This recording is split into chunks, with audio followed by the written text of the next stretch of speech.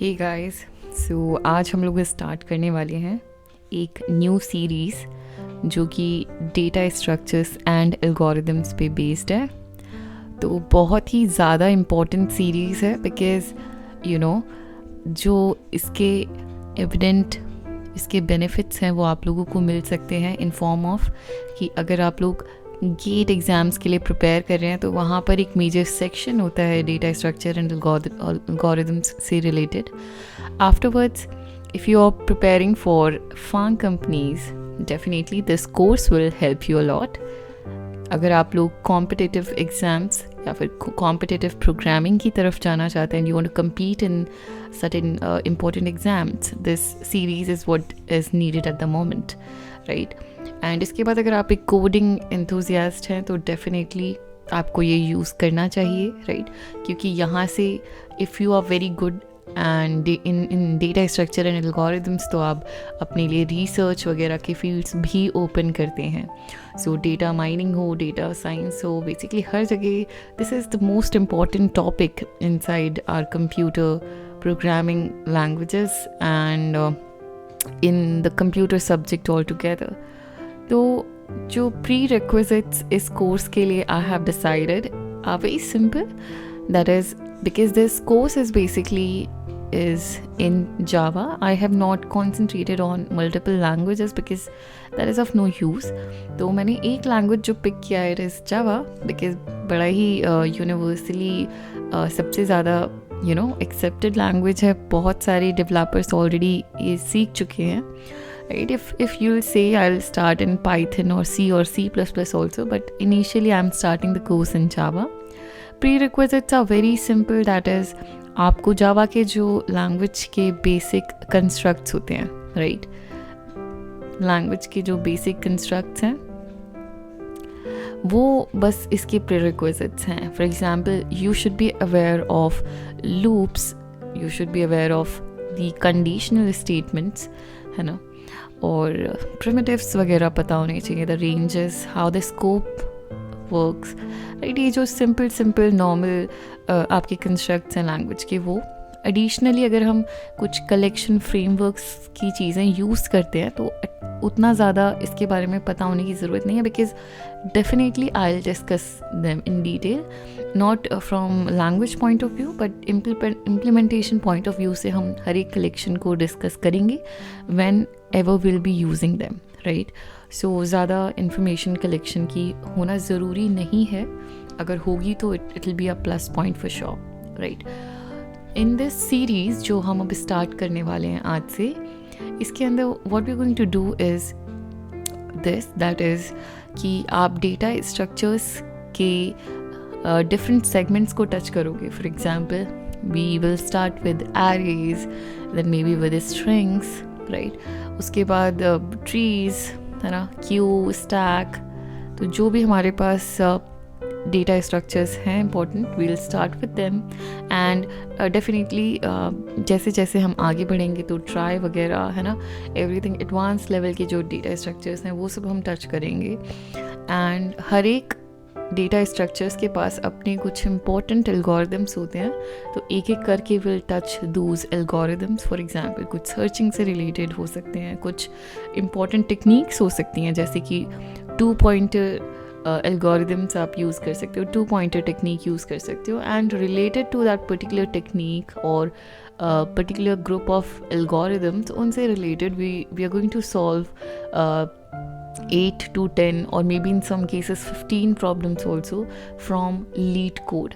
तो आप लोग अपने आप को साथ के साथ रिव्यू भी कर रहे हो, क्योंकि जब आप लीड कोड के क्वेश्चंस सॉल्व करोगे you will get an insight कि okay how this particular algorithm works in different sections of problems, है ना, कि कैसे इंटरप्रिटेट किया जाता है किसी पर्टिकुलर प्रॉब्लम को, whether it follows this technique और not. So very important.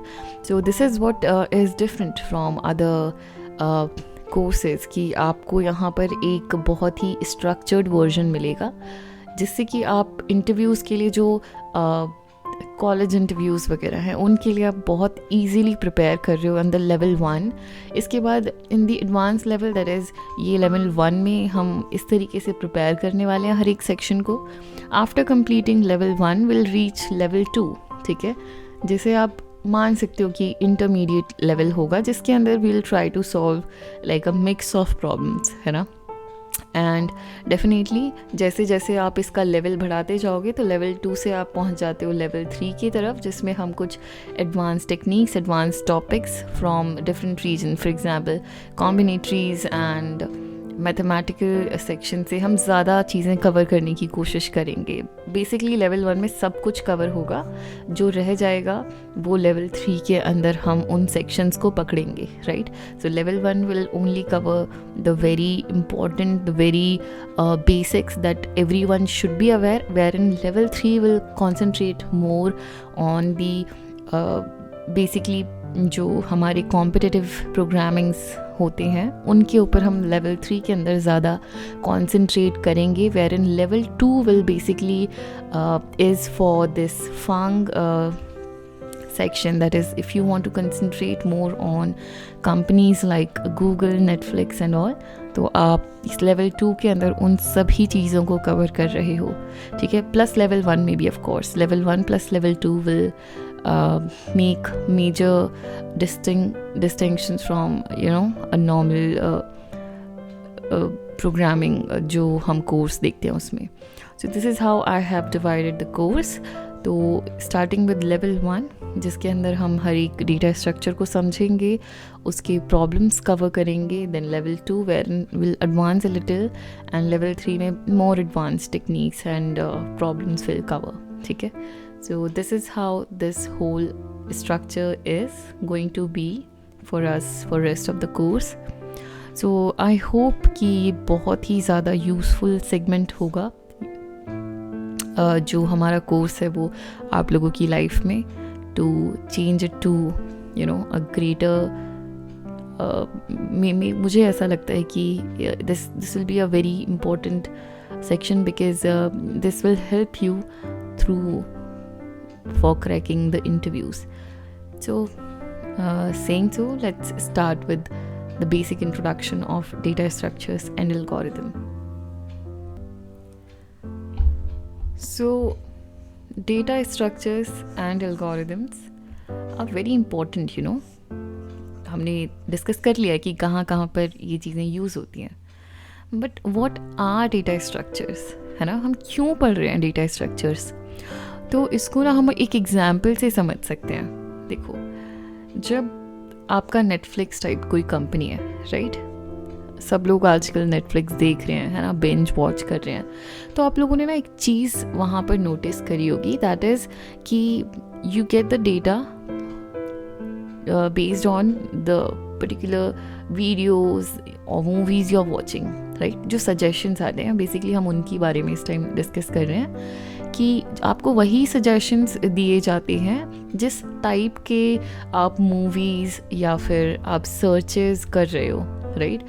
And eventually अगर आप लोग सपोज़ कॉमेडी जनर से बहुत ही ज़्यादा फिल्म्स या सीरीज़ वगैरह देख रहे हैं, तो आपको जो नेक्स्ट जो आपका डिस्कवरी करते हो आप लोग उस टाइम पे जो रिकमेंडेशंस आते हैं, राइट, कंटेंट के, वो content related to comedy mostly होगा, राइट। अगर आप सपोज़ लैंग्वेज के बेसिस पे अगर वो लोग फ़िल्टर आउट करके दे रहे हैं तो आपको शायद हिंदी कॉमेडी इन दोनों के बेसिस पे मिल रहा होगा, राइट। अगर आप हिंदी रीजन से बिलोंग करते हैं and you love comedy genre, then आपको कुछ हिंदी कॉमेडी में कुछ रिकमेंडेशंस आएंगे, राइट। ये रिकमेंडेशन और किस चीज़ों पर बेस हो सकते हैं कि आप कितना टाइम स्पेंड करते हो किसी भी पर्टिकुलर वीडियो के अंदर। फॉर एग्जांपल कि आपने 2 मूवीज़ पकड़े, right, this is movie 1 and this is movie 2, this was from horror genre wherein ये कॉमेडी जॉनर से बिलोंग करता है,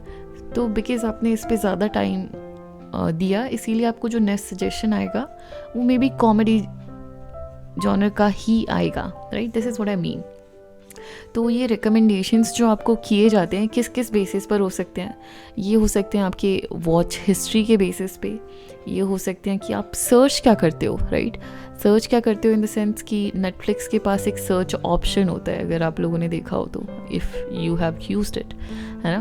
तो इसमें आप जो सर्च कर रहे हो, they are storing that result also for you, right?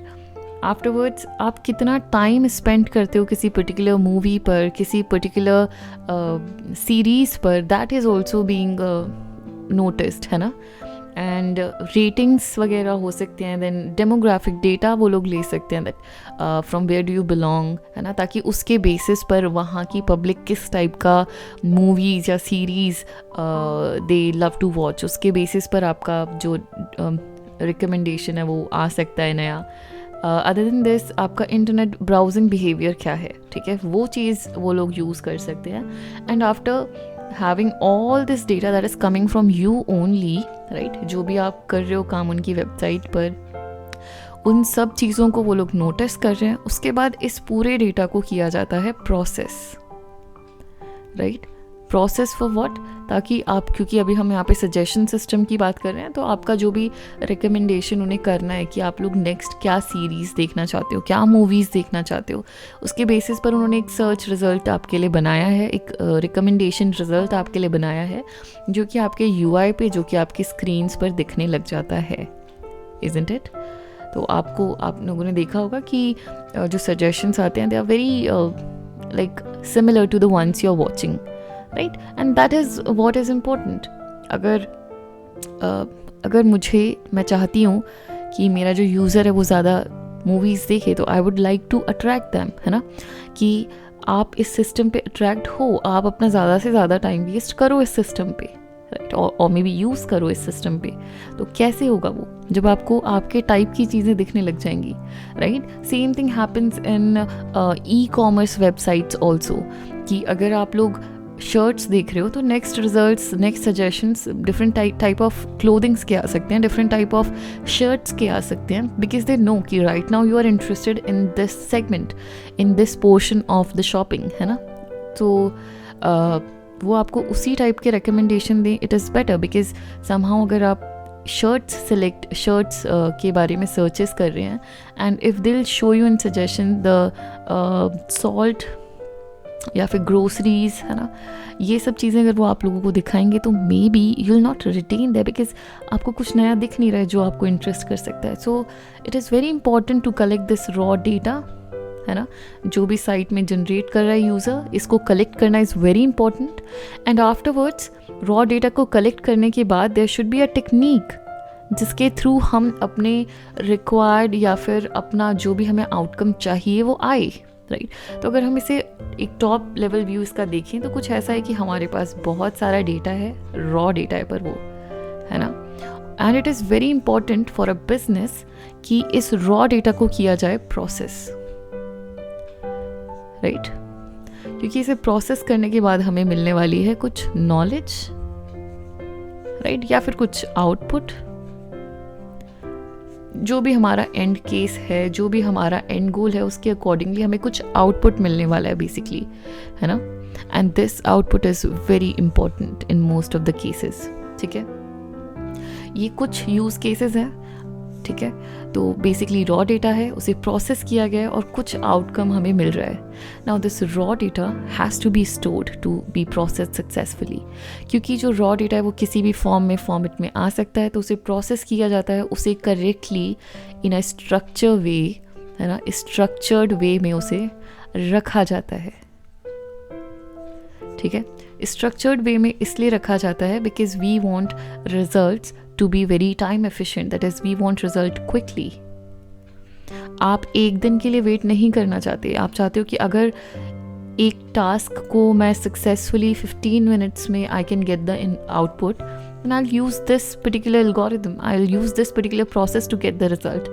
अगर ह्यूमन इसे रीड करके जो रिजल्ट्स निकाल रहा है वो एक दिन में निकाल रहा है ना, तो मैं चाहूँगी कि मुझे 15 मिनट में अगर एक एल्गोरिदम रिजल्ट निकाल के दे सकती है, तो I'll use that algorithm, ठीक है? अगर user not only this quickness is important, but the second thing is correctness, है ना?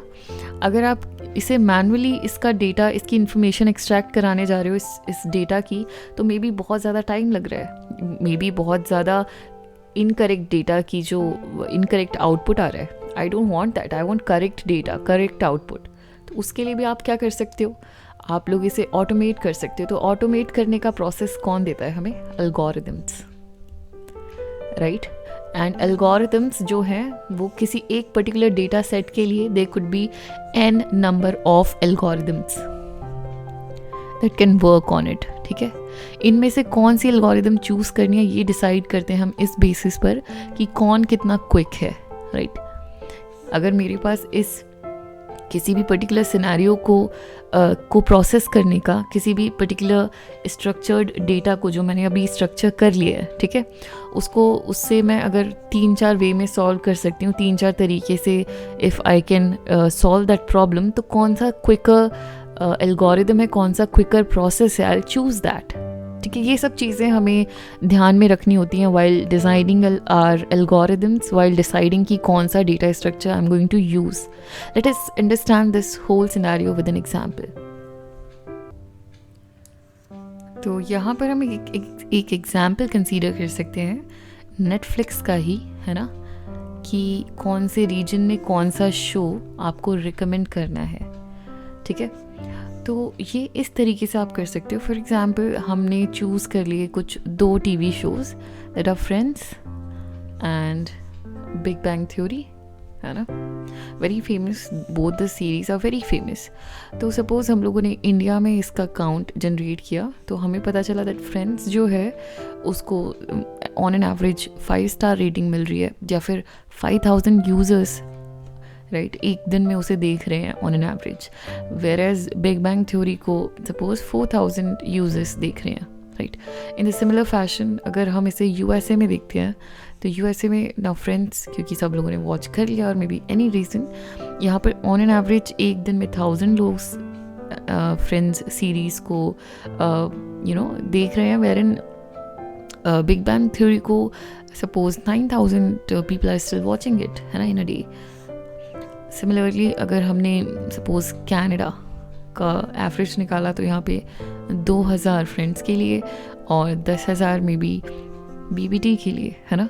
इन द सिमिलर फैशन हमने ऑस्ट्रेलिया को कंसीडर किया, तो ऑस्ट्रेलिया का हमारे पास जो रिज़ल्ट आया that was 6000 people watching this series Friends, wherein DBT को सिर्फ 2000 people they were following it. Similar way बहुत सारी कंट्रीज़ थी. नाउ मुझे एक ऐसी एल्गोरिदम यूज़ करनी है. Algorithm is nothing but a process. ठीक है, प्रोसेस मीन्स द स्टेप्स, ठीक है, दैट विल फॉलो, राइट, जो हम CPU से करने के लिए बोलेंगे in order to get a specified result. ठीक है, यहाँ पर रिजल्ट क्या है? यहाँ पर रिज़ल्ट मुझे ये चाहिए कि whether in India I should recommend Friends और BBT, राइट. Similarly in USA should I recommend Friends और BBT. This is my end goal, right, कि इंडिया में क्या मुझे रिकमेंड करना चाहिए, USA में क्या रिकमेंड करना चाहिए, कनाडा में क्या रिकमेंड करना चाहिए, इन सिमिलर वे आगे की कंट्रीज़, है ना. तो यहाँ पर इंडिया का रिज़ल्ट आया that you should recommend them friends, क्योंकि यहाँ पर ज़्यादा ऑन एन एवरेज लोग यही अभी फॉलो कर रहे हैं, तो ये ट्रेंड है वहाँ का, राइट. USA में I will say that 9000 people BBT को फॉलो कर रहे हैं, तो let's go with BBT. Similarly for Canada I will say BBT, wherein for Australia I will say that Friends should be recommended, right. ये हमारा output है. ठीक है, ये इनपुट था, ये आउटपुट है. ठीक है, इस इनपुट से ये आउटपुट अगर मुझे लाना है, तो मुझे कुछ स्टेप्स यहाँ पर फॉलो करने पड़ेंगे. ठीक है, उसी बेसिकली उसी कंप्यूटेशन को जो हम करते हैं, जो हम अपने लाइंस ऑफ कोड लिखते हैं, उसी को हम एल्गोरिदम कहते हैं. तो जो एल्गोरिदम है, कुछ स्टैंडर्ड एल्गोरिदम्स हैं जो स्टैंडर्ड केसेस के लिए हैं, और उन्हीं को थोड़ा बहुत डिराइव करके थोड़ा बहुत इधर उधर करके you can develop your own algorithm in case अगर कोई न्यू यूज़ केस आता है, न्यू प्रॉब्लम अराइव होती है, क्योंकि जो एल्गोरिदम है वो एक स्टैंडर्ड सिनेरियो के लिए बनाए गए हैं, ठीक है। जो आपका यूज़ केस होता है वो एक थोड़ा सा डिफरेंट, स्लाइटली डिफरेंट सिनेरियो हो सकता है।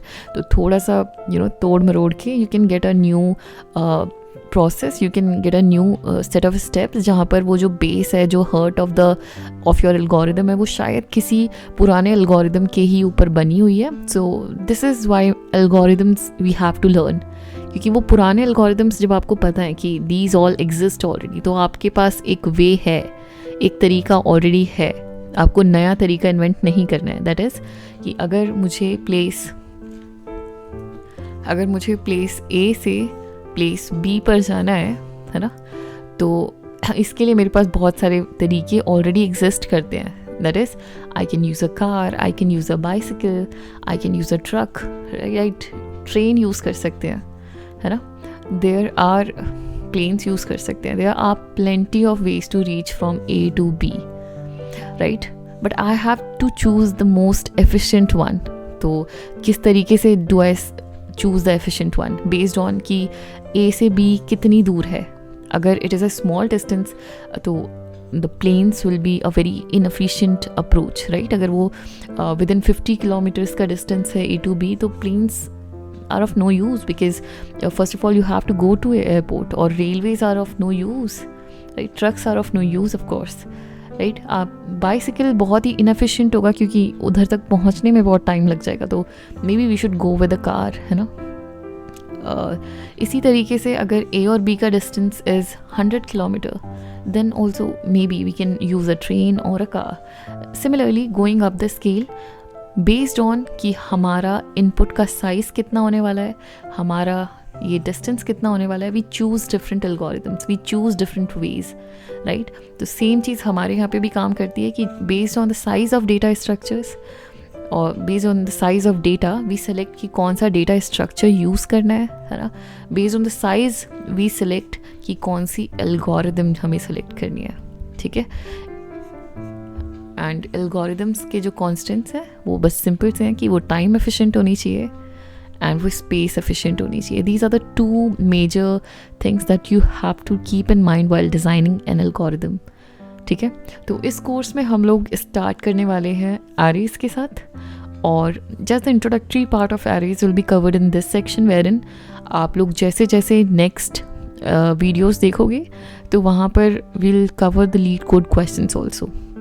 So this is just an introductory video for arrays, like what arrays are, what linear data structures are, है ना।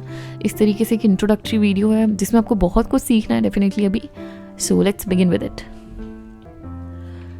तो इस सीरीज़ में ना सबसे पहली चीज़ जो हम डिस्कस करना चाहते हैं, it is about the type of data structures, ठीक है। तो दो टाइप के डेटा स्ट्रक्चर्स होते हैं, ठीक है। एक होता है लीनियर, एक होता है नॉन लीनियर, ठीक है। सबसे पहले तो इसी को क्लियर करते हैं। तो क्या होता है कि जब हम लीनियर डेटा स्ट्रक्चर की बात करते हैं, ठीक है, इस टाइम पे you have to keep in mind कि जो आपका जनरेटेड डेटा है, ठीक है, वो शायद लीनियर फैशन में जनरेट हो रहा है, ठीक है। इसका क्या मतलब हुआ, एक सिंपल सा एग्जांपल यहाँ पे ट्राई करते हैं कि सपोज़ मुझे ये चीज़ बतानी है कि ए से लेके मैं डी सिटी के अंदर ट्रैवल कर रही हूँ, ठीक है, ठीक है। ए से डी सिटी के लिए I am travelling and suppose I have to maintain this record कि कौन कौन से सिटीज़ बीच में आए थे वाइल ट्रैवलिंग, ठीक है। तो मैंने कुछ लिस्ट प्रिपेयर की अपने नोट पैड पे, विच वाज कि जब मैंने ए से ट्रैवल करना शुरू किया तो ए के बाद, because I was travelling via train, तो जो भी स्टेशंस बीच में आ रहे थे I just note them down, है ना। तो सबसे पहला स्टेट आया ए, आफ्टरवर्ड्स सी स्टेट आया, ठीक है। उसके बाद एफ स्टेट आ गया, फिर जी स्टेट आ गया, H, I, and at the end I came to the destination that was D city. तो अगर आप इस प्रॉब्लम स्टेटमेंट को देखोगे, इट वॉज कि maintain a list of all the cities that were coming across while travelling from A to D. ना there could be no way कि ये नॉन लीनियर होता, ठीक है, क्योंकि यहाँ पर मुझे बस वही सिटीज़ नोट डाउन करने थे जो बीच में आते, राइट। तो ए टू डी के बीच में एक लीनियर फैशन में ही डेटा जनरेट होता है एनी हाउ, राइट। वेयर इन अगर प्रॉब्लम स्टेटमेंट या फिर अगर जो मुझे नोट डाउन करना था डेटा, अगर वो चेंज होकर कुछ ऐसा हो जाता कि ए से डी को ट्रैवल करने में कितने वेज है मेरे पास, ठीक है। So right now I am not travelling, I just have to, maybe pre planning चल रही है कि कौन सा पाथ मुझे चूज़ करना चाहिए, है ना। सो इस टाइम पे मे बी मैं कुछ इस तरीके से लिस्ट मेंटेन कर रही होती that A to D reach करने के देयर आर सेवरल वेज। तो I started with city A, एक तो यही तरीका था, that was A to C to F G H I and D, ठीक है। दूसरा तरीका था कि ए टू सी जाने की जगह maybe A to B आ जाओ, है ना, और बी के बाद सपोज एन पर आ गए, एंड एन के बाद जी पर पहुंच सकते थे, या फिर एन के बाद भी आप, दूसरा भी एक वे था, दैट वाज एन के बाद आप लोग चले जाओ टी पर, है ना, एंड टी के बाद डी पर आ जाओ। अब जब मैं ये सब कुछ नोट डाउन कर रही थी तो मेरे पास एक और टाइप का पाथ आया, दैट वाज कि सबसे पहले A to I will go to Q, right, then Q to U, then U to V, and then V to I maybe, है ना। तो यहाँ पर हमारे पास डिफरेंट वेज हो सकते थे, और जो डेटा था वो लीनियर फैशन में जनरेट नहीं हो रहा था, right. It was very much non linear, क्योंकि वो कहीं से भी कहीं के लिए भी बेसिकली हम जा सकते हैं, राइट। तो डेटा को जो जनरेट करने का जो तरीका था वो भी लीनियर नहीं था, तो स्टोर करने का तो डेफिनेटली नहीं होगा। सो linear data structure is simply the data structure जिसमें हम इंफॉर्मेशन को एक लीनियर फैशन में स्टोर करते हैं, क्योंकि जो डेटा का जनरेशन का जो फॉर्मेट है वो भी मे बी वन डायमेंशनल ही है या फिर लीनियर ही है। तो अगर आप इसके बेसिक जो देखोगे कंस्ट्रक्ट्स, तो आपको ये पता चलेगा कि लीनियर डेटा स्ट्रक्चर जो होता है वो ऑलवेज अटैच्ड होता है एक कुछ प्रीवियस से और कुछ नेक्स्ट से, और उसका सिर्फ एक ही तरीका होता है, ठीक है। मतलब अगर मुझे ए से एफ पर पहुंचना है तो मैं कभी भी किसी और तरीके से नहीं पहुंच पाऊंगी इस पर्टिकुलर लीनियर फैशन में, है ना। I always have to, this C has to be in between, wherein यहाँ पर you can have many routes, है ना। आपके पास बहुत सारे राउट्स अवेलेबल हो सकते हैं to reach from one place to another place, ठीक है। मोस्टली जो नॉन लीनियर डेटा स्ट्रक्चर होता है, for example trees and graphs, इन्हें नॉन लीनियर डेटा स्ट्रक्चर कहा जाता है। तो ये बहुत ही टाइम एफिशिएंट होते हैं, बिकॉज ये बहुत सारे जो बीच में वेज होते हैं उनको they are very efficient, because वो बहुत सारी चीज़ों को रिड्यूस कर सकते हैं, अपने प्रॉब्लम सेट को और अपने डेटा सेट को रिड्यूस कर सकते हैं एंड मिनिमाइज कर सकते हैं टू ऑप्टिमाइज द टेक्निक, है ना। तो अगर मुझे ए टू डी पहुंचना है, if it is a minimum, अगर मुझे बेस्ड ऑन दिस फैक्टर निकालना है कि एफ आना ही चाहिए बीच में, तो I can just sort it out in that manner, wherein जो लीनियर डेटा होता है, ठीक है, और अगर हम उसको सॉल्व करने जाते हैं तो ट्रैवर्सल ऑलवेज एक लीनियर फैशन में, और एटलीस्ट जितना इनपुट आपको मैक्सिमम उतना टाइम लगेगा ही लगेगा, ठीक है। ये आप मान सकते हो कि मिनिमम इतना टाइम आपको लगने ही वाला है एक ट्रैवर्सल के लिए, ठीक है, to reach from A to D. But यहाँ पे it can vary, so may be अगर आपको डी पे पहुँचना है तो आप जो भी डिफरेंट पाथ्स हैं उनमें से सबसे छोटा वाला ले लो, है ना। बेस्ड ऑन दैट आपको थोड़ा कम टाइम ट्रैवल करने को मिल जाएगा। So will discuss about time complexity in later video, but right now we just wanted to know कि लीनियर और नॉन लीनियर के बीच में डिफरेंस क्या है। So this was the difference wherein हमने ये चीज़ चेक करी है कि अगर एक से ज़्यादा पाथ हो जाए डेटा के पास तो हम उसे नॉन लीनियर डेटा स्ट्रक्चर्स में स्टोर करते हैं। अगर एक ही पाथ फॉलो कर सकता है डेटा जो जनरेट हो रहा है तो हम उसे लीनियर फैशन में स्टोर करते हैं, राइट। सो क्योंकि हम स्टार्ट करने वाले हैं एरे के साथ, सो दैट इज़ वाई ये डिस्कस करना ज़रूरी था, right. Because so first of all हम लोग 1D एरे पढ़ने वाले हैं, and 1D arrays are definitely linear in fashion, ठीक है। दीज आर लीनियर DSS, ठीक है। अगर हम इसको रिप्रेजेंट कैसे करते हैं वो देखें तो it is something like this. तो जो सिमिलर टाइप का डेटा होता है, आप हमेशा सिमिलर टाइप का जो डेटा है उसको स्टोर करते हो एरे के अंदर, एंड मेमोरी में ये कॉन्टिन्यूस स्पेस इनको मिलता है, राइट। सो कॉन्टिन्यूस स्पेस के अंदर हम इन्हें स्टोर करते हैं, right. So what it means will see. तो फर्स्ट ऑफ ऑल एक ज़ीरो इंडेक्स्ड एरे कैसा दिखता है.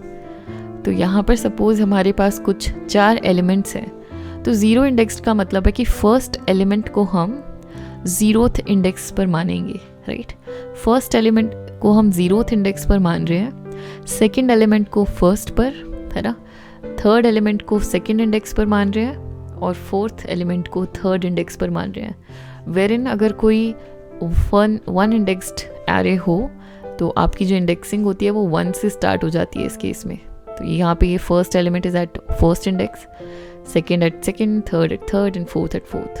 ठीक है, जावा में हम ये वाला कन्वेंशन फॉलो करने वाले हैं ऑफ कोर्स, राइट. तो सिमिलर टाइप का डेटा यहाँ पर होता है. इसका मतलब क्या है कि हर एक जो आपका एलिमेंट है, ये सिंगल जो एलिमेंट्स हैं, राइट. तो यहाँ पे 4 एलिमेंट्स को मिलाकर एक एरे कंस्ट्रक्ट हुआ है, जो ये वाला एग्जाम्पल है इसमें. ठीक है, ये चारों एलिमेंट्स सिमिलर टाइप के होंगे. तो अगर फर्स्ट एलिमेंट इंट टाइप का वेरिएबल स्टोर करता है, इंटीजर टाइप का, तो सेकंड भी इंटीजर टाइप का स्टोर कर रहा है, थर्ड भी इंटीजर टाइप का स्टोर कर रहा है and fourth of course is of type integer, right. So similar type का डेटा ये लोग स्टोर कर सकते हैं. अगर फर्स्ट एलिमेंट आपका कैर टाइप का डेटा स्टोर करता है तो similar thing will go on for each and every element in the array. इस तरीके से, वेरी सिंपल. ठीक है, इन्हें एक्सेस कैसे किया जाता है. तो अगर मुझे फर्स्ट एलिमेंट को एक्सट्रैक्ट करना है तो I will write ARR 0 if name of the array was ARR. ठीक है, तो एक नाम आप डेजिग्नेट करते हो टू द एरे और उस नाम को आप विद इंडेक्स यूज़ करते हो टू रीच और to read that particular element inside this array. तो मेरे एरे का नाम था ARR और मुझे फर्स्ट इंडेक्स पे जो भी एलिमेंट है, तो फर्स्ट इंडेक्स ज़ीरोथ इंडेक्स पर जो भी एलिमेंट है वो मुझे एक्सेस करना था. सो आई हैव रिटन ARR 0, ठीक है, विद दीज स्क्वायर ब्रैकेट्स. वेरिन अगर मुझे सेकंड एलिमेंट को एक्सेस करना है, सेकंड इंडेक्स पर जो एलिमेंट है उसे एक्सेस करना है, तो मैं कुछ इस तरीके से लिख सकती हूँ. इफ़ सपोज मुझे सेकंड एरे का जो एलिमेंट है उसके अंदर 10 राइट करना है, तो simply I will do something like this. ठीक है, सिमिलरली अगर मुझे थर्ड इंडेक्स पर एलिमेंट है जो उसको एक्सेस करना है, तो I will write something like this, है ना. इसको मैंने राइट भी कर दिया. डेफिनेटली आप रीडिंग राइटिंग किसी भी चीज़ के लिए, कोई भी मैनिपुलेशन है आप उसके लिए आप इसे यूज़ कर सकते हो. But how do we come to that particular element, so this is the way. ठीक है, इसको हम एक और बार देख लेते हैं. So I was talking about this कि अगर मेरे पास एक एरे है तो सबसे पहले I will give some name to this array. तो मैंने इसका नाम रख दिया है ARR, है ना. एंड इस ARR को मैंने कितने एलिमेंट्स दे दिए. तो सपोज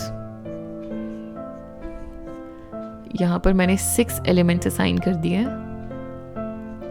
ठीक है, आपको हमेशा एक एरे का टाइप डिस्क्राइब करना होता है कि किस टाइप का एरे है. तो मैंने यहाँ पे लिख दिया है इंटीजर टाइप का एरे है. ठीक है, और कितने एलिमेंट्स हैं इसके अंदर, 6 एलिमेंट्स हैं, राइट.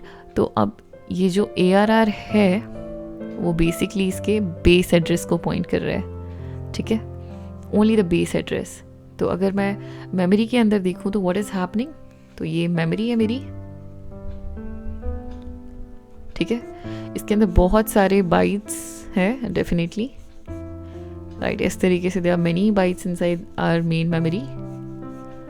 ठीक है, और इसके अंदर क्योंकि ये जो भी एलिमेंट है ये 4 बाइट्स के है ना. तो ये फर्स्ट एलिमेंट 4 बाइट का है, सेकंड एलिमेंट 4 बाइट का है, थर्ड एलिमेंट 4 बाइट्स का है ना. सारे के सारे एलिमेंट ये 4 बाइट्स के हैं. तो मेमोरी के अंदर व्हाट विल हैपन कि they will start to take place. तो सबसे पहले एलिमेंट ने 4 प्लेसेस ले लिए. ठीक है, ये एलिमेंट नंबर 1 है. इसी तरीके से एलिमेंट नंबर 2 आया, उसने नेक्स्ट सब्सिक्वेंट 4 स्पेसेस असाइन कर लिए अपने लिए. ठीक है, उसके बाद थर्ड एलिमेंट आया, उसने नेक्स्ट 4 स्पेसेस ले लिए. ठीक है, फिफ्थ एलिमेंट आया तो उसने नेक्स्ट 4 स्पेसेस जो भी होंगे वो अपने लिए ले लिए. तो क्योंकि ये साइड बाय साइड सारे के सारे स्पेसेस ले रहे हैं, दैट इज़ वाई हमने बोला था कि ये कॉन्टिग्यूअस स्पेस में एलोकेटेड होते हैं. तो मेरे हिसाब से ये चीज़ भी क्लियर है कि ये absolutely side by side exist करते हैं. That is why they in memory they are very continuous, right. तो अगर इसका कुछ बेस एड्रेस होगा, इस एरे का बेस एड्रेस का मतलब बेसिकली होता है द वेरी स्टार्ट एड्रेस. ठीक है, जहाँ से हमने मेमोरी एलोकेट करना शुरू किया है इस पर्टिकुलर एरे को, राइट। तो हम मानते हैं कि इस एरे को जो हमने मेमोरी एलोकेट करना शुरू किया है, it is from base address 100, ठीक है। कुछ भी नाम हो सकता है, हेक्साडेसिमल फॉर्मेट में आता है। मोस्ट ऑफ द सिस्टम्स जो होते हैं वो 64 बाइट्स यूज़ करते हैं। बेसिकली जो मोस्ट ऑफ द सिस्टम्स होते हैं, राइट, वो 64 बिट्स को यूज़ करते हैं। दैट इज़ 64 बिट्स मतलब हो गया आपका 8 बाइट यूज़ करते हैं टू स्टोर एनी एड्रेस। तो ये जो ARR का साइज़ होता है वो 8 बाइट्स है, अगर आपका सिस्टम 64 बिट्स है तो, ठीक है। 64 बिट्स का मतलब सिंपली ये है कि आपकी एड्रेस बस जो है वो 64 बिट्स की है, ठीक है। सो इस ARR के अंदर इस टाइम हेक्साडेसिमल फॉर्मेट में 8 बाइट्स यूज़ करके 100 स्टोर्ड है। क्यों? क्योंकि आपका जो बेस एड्रेस है वो इस टाइम हमने कंसीडर किया है टू बी 100, ठीक है। तो अगर मुझे देखना है, अगर मैं आपसे पूछूं कि ठीक है 0th एलिमेंट 100th एड्रेस पर स्टोर्ड है, ठीक है, तो आप लोगों को पता है कि 4 बाइट का इंटीजर होता है। तो you can very easily calculate कि ARR 0 ने कहाँ से लेके कहाँ तक मेमोरी एड्रेसेस को यूज़ कर रखा है। तो ये से कि इसने 100th बाइट को यूज़ किया है, देन 101st, 102 एंड 103, ये 4 बाइट्स ये यूज़ कर रहा है टू स्टोर इंटीजर नंबर, ठीक है। सिमिलर फैशन में इफ़ कंसीडर ARR 2 सपोज, तो आप बोलोगे कि ARR 2 का जो स्टार्टिंग एड्रेस है वो क्या होगा। तो इसने 103 तक सारे के सारे एड्रेसेस ले लिए हैं, है ना।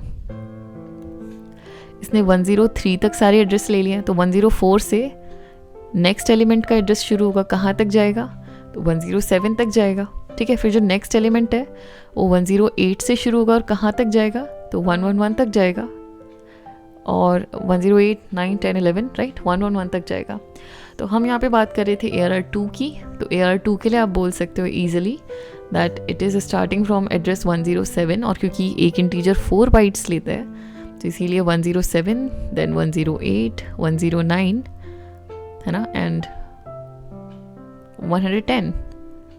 कुछ गलत हो गया है, राइट, 107 इज़ नॉट देयर, 111, ठीक है। ये 4 बाइट्स जो है वो ARR 2 यूज़ करेगा to store the integer number whichever you want to store inside it, ठीक है। This was about ARR 2। अब अगर मुझे किसी भी मेमोरी को एक्सेस करना है, किसी भी एरे के एलिमेंट को एक्सेस करना है, तो ये सिंपल फॉर्मूला यहाँ पर हर जगह काम कर जाता है। दैट इज़ कि जो भी आपका बेस एड्रेस है वो, और उसके अंदर ऐड कर दो इंडेक्स, ठीक है। तो इंडेक्स हियर इज़ 2, और इसके अंदर जो भी साइज ऑफ एलिमेंट है उसके साथ इसे मल्टीप्लाई कर दो। तो अगर आप इस फॉर्मूले को यूज़ करके ARR 2 का बेस एड्रेस निकालना चाहते हो, ARR 2 का बेस एड्रेस, तो यू विल सिंपली से कि base address of the array is 100, और इसके अंदर मैंने 2 into size of element that is 4 which is 108। तो हमने यहाँ पे पहले ही देख चुका है कि 108 was the starting address for ARR 2। अब इस टेक्निक की हेल्प से बेसिकली हमें मिल जाता है रैंडम एक्सेस, ठीक है। तो रैंडम एक्सेस का मतलब होता है कि within a constant time you can get to any element, ठीक है। मतलब कि चाहे आप ARR 0 को कॉल कर रहे हो, उसके अंदर कुछ राइट करना चाहते हो, या ARR 4 को कॉल करके उसके अंदर कुछ राइट करना चाहते हो, या फिर ARR 5 के अंदर कुछ राइट करना चाहते हो या एक्सेस करना चाहते हो फॉर रीडिंग, और may be it is ARR 100 और ARR 1000, whatever the array element you are considering.